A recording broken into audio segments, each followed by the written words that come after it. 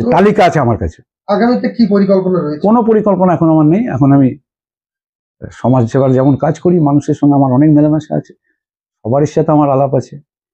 CPM আছে, কংগ্রেস আছে, তৃণমূল আছে, নকশাল আছে, সিপিআই আছে, সবার সাথে সদ্ভাব রেখে এখন আমি চলবো। আমি কোনো আলোচনা করিও নি কারোর সাথে, এই প্রথম আমাকে বলতেই হবে। কারণ আমি যদি কথা যে না বলি, এই যে এতদিন আমি শৃঙ্খলার সঙ্গে চুপ ছিলাম 4 মাস, এটাই হয়তো কেউ দুর্বলতা মনে করেছে।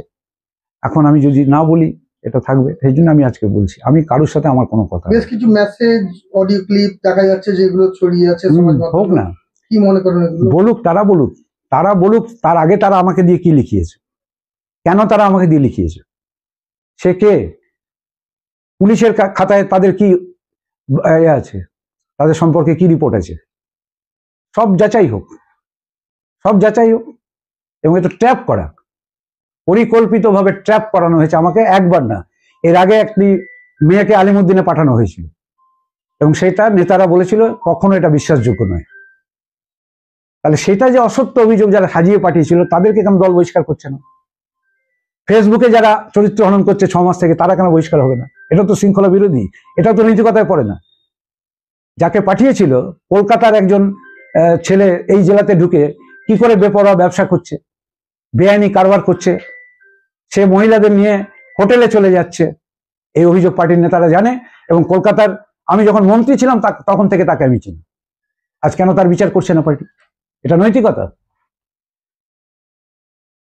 আবার যাব না যাব, আমি 19 বছর বয়সে দলে যোগদান করেছি।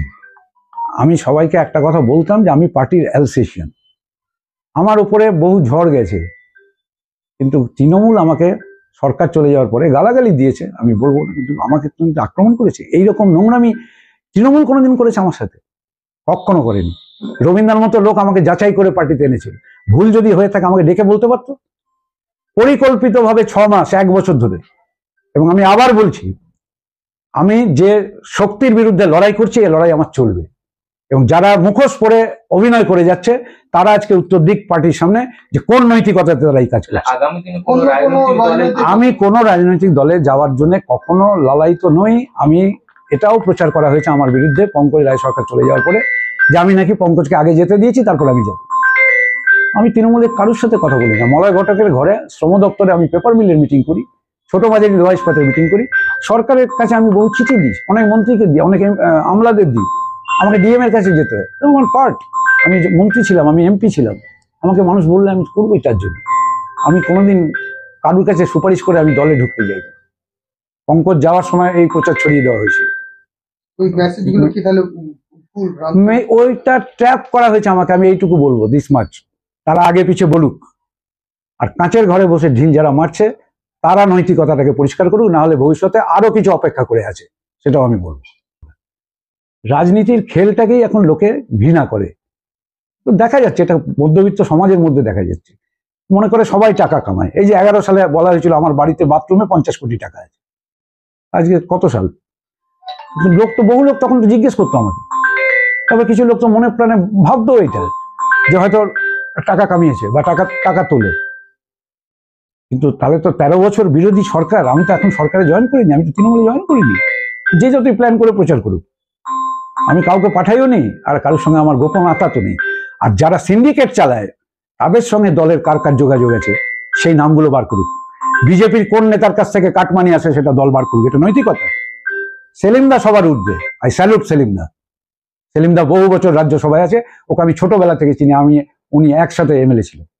বাট বাকি এই জেলার একটা অংশ, তাদের বিচার হোক, তাদের নৈতিকতা আগে বিচার হোক।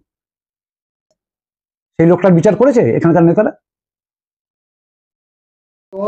দল আজকে আপনাকে পার্টি থেকে বহিষ্কার করেছে, কিভাবে দেখছেন বিষয়টা? এটা তো চলছে গত 6 মাস 1 বছর থেকে, এবং এইটা সামনে আনা হয়েছে গত ফেব্রুয়ারি মাস থেকে, পরিকল্পিতভাবে ফেসবুকে আনা হয়েছে। একটা অংশ দলের মধ্যে তারা আমার বিরুদ্ধে সবসময় কাজ করেছে, এবং বিজেপির সঙ্গে হাত মিলিয়ে একটা অংশ অনৈতিকভাবে এই জেলাতে তারা কাজ করতে চেয়েছে। তার আমি বাধার কারণ ছিলাম। 2, আমলাতান্ত্রিক মনোভাব নিয়ে জবরদস্তি সিদ্ধান্ত চাপিয়ে দেওয়া, পছন্দ অপছন্দ এবং যার জন্য কেউ কেউ দল ত্যাগ করে গেছে এর আগে। এটা সবটাই হচ্ছে যে আমাকে বহন করতে হয়েছে এই জেলার একজন পুরনো কর্মী হিসেবে। এটা আমার উপরে একটা শত্রুতা আছে। তারপরে আমি যখন এমএলএ ছিলাম, মন্ত্রী ছিলাম, তখনও আমি জানি একটা ছোট অংশ এই যে কয়লা কারবার অমুক ইত্যাদি লেখা হতো, সেটাও খবর পাচার করতো আমার দলের ভেতর থেকে কেউ কেউ করতো। এটা বিরোধীরা করেছে, বিরোধীরা আমার বাড়ির কাছে যা বলেছে সে তো বিরোধী থাকলে বলবেই, আমিও বলেছি কোনো সময় হয়তো বিরোধীদের, কিন্তু এই জিনিসের বিরুদ্ধে আমাকে লড়াই করতে হয়েছে। এবং যেভাবে গোটা ব্যাপারটা ফেসবুকে ছড়ানো হয়েছে পরিকল্পিতভাবে 4 থেকে 6 মাস ধরে, এবং কাল রাত্রে গভীর রাতে একটা সংবাদ মাধ্যমে প্রথম এটা চলে যায়, আমাকে না জানিয়ে চলে যায়। তাহলে নিয়ম মাফিক আমাকে জানানো উচিত। আমার সাথে শেষ বৃহস্পতিবার রাজ্য সম্পাদকের হোয়াটসঅ্যাপে কথা হয়, আমি ছাড়তে চেয়েছিলাম, তখন উনি আমায় লিখেছিলেন যে কি কারণে তুমি এটা জেলা পার্টির গ্রুপে পোস্ট করেছো, কি কারণ এটা। আমি তখন বলি যে আমার ভালো লাগছে না, আমাকে নতুন ছেলেদেরকে দায়িত্ব দেওয়া হবে, জুনিয়রদের। উনি বলেন কথা বলতে হবে তোমার সাথে, ব্যাস। তারপরে আর আমি কিছু জানি না, কেউ আমার সাথে কথাও বলেনি। এবারে যারা ট্র্যাপ করলো, যারা ছড়ালো, এর সঙ্গে হাওড়ার একটা গোষ্ঠী যুক্ত আছে। বুদ্ধদেব ভট্টাচার্যের আমলে হাসপাতালে বেআইনি কারবার করে যারা অ্যারেস্ট হয়েছিল, তখন আমি মন্ত্রী ছিলাম, আমার মনে আছে বলে আমি জানি, তাদের ঝাড়খণ্ডে একটা সম্পত্তি আছে, বেআইনি সম্পত্তি। সেই সম্পত্তি এখন আমাকে বলে, যেহেতু আমি মন্ত্রী ছিলাম, আমলা পুলিশ কেউ কেউ হয়তো চেনে আমাকে, কিন্তু আমি কেন ব্যক্তিগত অনুরোধ করতে যাব। এবং দলের একাংশ এর সঙ্গে যুক্ত আছে। বিজেপির সঙ্গে কারা দেখা করতে গিয়েছিল, এই যে নৈতিকতার কথা আজকে বলা হচ্ছে, কি নৈতিকতা? পার্টির নৈতিকতা। আমি যে পার্টি দেখেছিলাম সেই পার্টি আজকে নেই। নীতি নৈতিকতা যদি প্রশ্ন থাকে, তাহলে নৈতিকভাবে সব জিনিস আলোচনা করা উচিত। এটাও তো অনৈতিক আনন্দবাজার.com-কে খবরটা পাচার করে দেওয়া। মোহাম্মদ সেলিম করেননি, সেলিমদার মতন একজন পোড় খাওয়া এবং অত্যন্ত শ্রদ্ধেয় নেতা এটা কখনো করবেন, কিন্তু কেউ তো করেছে দলের ভেতর থেকে। আমার বিরুদ্ধে হেড ক্যাম্পেইন কারা করেছে প্রেস জানে না।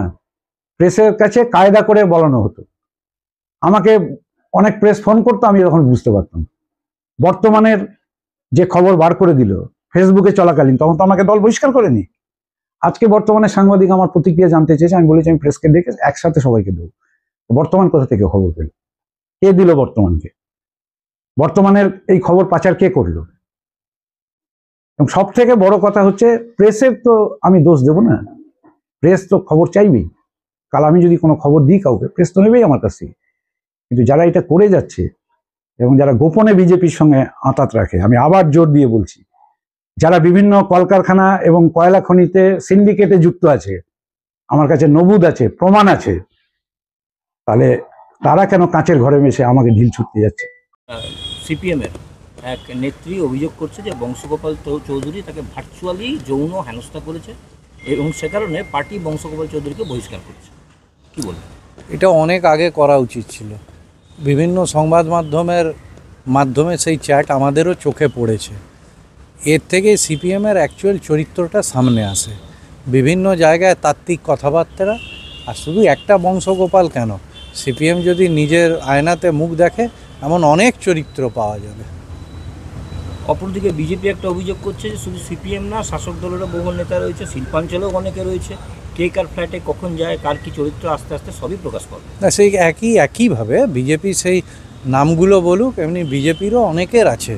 বিশেষ করে যার কথা আপনি ইন্ডিকেশন বলছেন, যিনি এই ধরনের কথাবার্তা বলছেন, তাদের প্রত্যেকেরই বায়োডাটা আমাদের কাছে আছে। অতএব বিজেপিরও উচিত কাঁচের ঘরে থেকে অন্যের দিকে ঢিল না মারা, ঢিল না ছোড়া। বিজেপির যা আমরা দেখতে পাই, দেশ জুড়ে যা নেতাদের সার্টিফিকেট বেরোয়, বিজেপির আর কথা বলবেন না। কি মনে হয় শিল্পাঞ্চলে এরকম আরও ঘটনা ঘটছে বা ঘটতে পারে? না, অত্যন্ত নিন্দনীয় ঘটনা। দেখুন, এটা যে কোনো বয়সেই একজন এই ধরনের হওয়া উচিত নয়। তাহলে একজন নেতার প্রতি, সে যে দলেরই হোক, তার দলের অনুগামী বা সেই দলের সমর্থকদের তো আর আস্থা থাকবে না, বিশেষ করে মহিলাদের। এটা সম্মান নিয়ে টানাটানি এই ধরনের ঘটনা।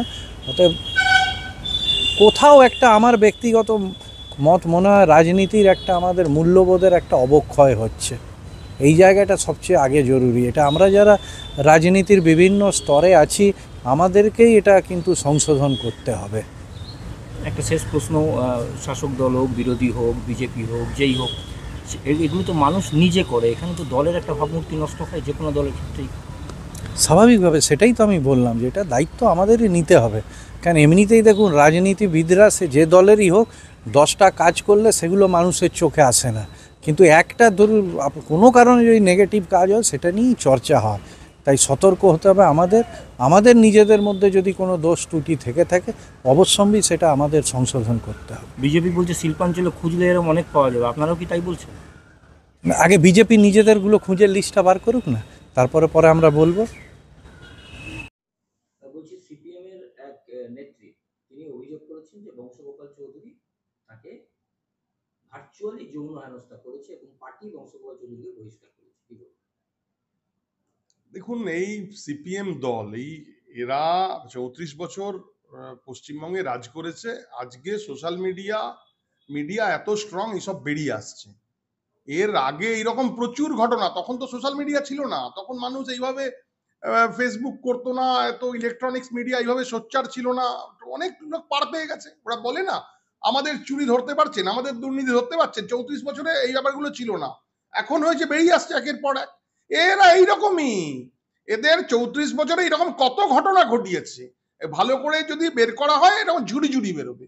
আর তাদের 34 বছরের বামফ্রন্টের রাজত্বের পরে এই তো এই চোর এই শুরু হয়েছে, এই আমাদের 14 বছর যে আমরা ভোগ করছি, এইসব এদেরকে বহিষ্কার করেছে। দেখবেন আগামী দিন এইসব মাল গিয়ে ওই 14 তলার ওখানে হাজির হচ্ছে। আগামী দিন দেখবেন এরা কোথায় যাচ্ছে, যত চোর জোচ্চোর চরিত্রহীন লম্পট লোকের ভিড় এক জায়গায়, এবং সময় প্রমাণ দেবে যে আমি কথাটা ঠিক বলছি।